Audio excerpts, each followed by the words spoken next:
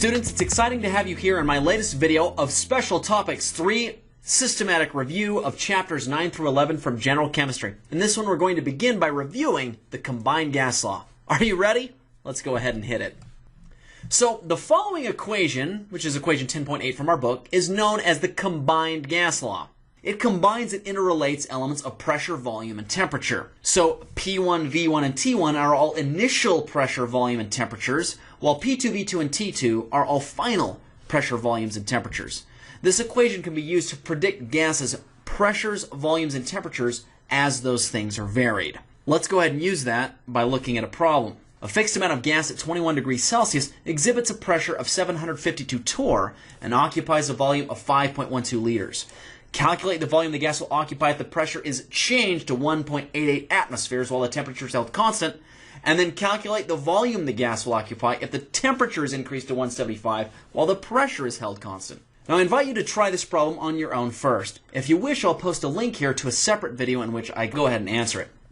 Here's another problem. A sample of a gas originally at 25 C and 1 atmosphere pressure in a 2.5 liter container is subject to a new pressure of 0.85 atmospheres and a new temperature of 15 degrees C. The final volume of the gas is what? Now I'm not going to do this for you, but we'll let you do it on your own. Keep in mind you will be using the combined gas law equation, and be sure to change your temperatures to kelvins before you do so. Here's another question.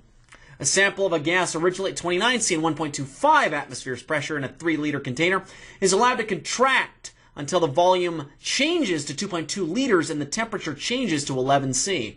The final pressure of the gas is what? Once again, you'll have to use the combined gas law and be sure to change your degrees Celsius to kelvins.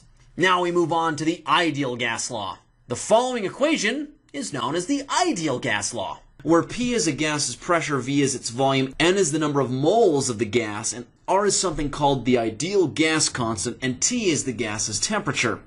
This equation can be used to interconvert between any ideal gas's pressure, volume, and temperature. So what is the ideal gas constant? Well, that actually depends on what units you're using. So here's a table that shows various common forms of the ideal gas constant using different units. So you want to make sure that you select the ideal gas constant that you use based on the units that you've been given and the units you want to get to. The most commonly used ideal gas constants are the first two listed in this table. I ended up using the first one so much in high school chemistry that to this day I still have it memorized. Are you ready for some problems then? Here goes. How many moles of a gas are there in a 45 liter container at 25 degrees Celsius and 500 millimeters of mercury? I'm not going to do this for you, but we'll let you do it on your own. Keep in mind that you'll need to use the ideal gas law. Depending on which value of R you select, you'll also possibly and likely need to change your units from degrees Celsius, for example, to kelvins, and millimeters of mercury potentially to atmospheres. I'll let you, of course, do that on your own. Here's another question. How many moles of gas are there in a 50 liter container at 22 degrees Celsius and 825 torr? Once again, the major battle here is changing your units to the proper units using the proper value of R and then just throwing them into the ideal gas law equation.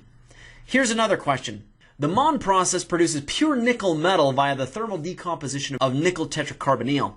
What volume in liters of carbon monoxide is formed from the complete decomposition of 444 grams of nickel tetracarbonyl at 752 torr and 22 degrees Celsius? Now this seems like a pretty challenging problem. I'm not going to answer this one for you here, but I will post a link here to a separate video in which I do that you're welcome to click after attempting to work it on your own to see how to do it.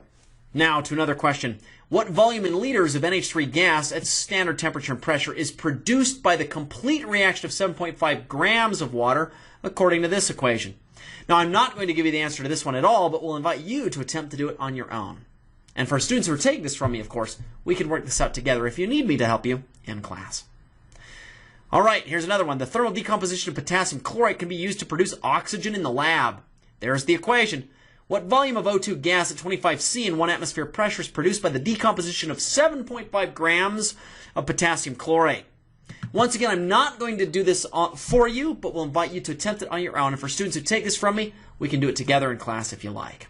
That takes us to the end of this lecture question. Please stay tuned to the next one in which I'll begin reviewing heat curves and additional enthalpy questions. Until next time, my wonderful students, have an enjoyable and wonderful rest of your day.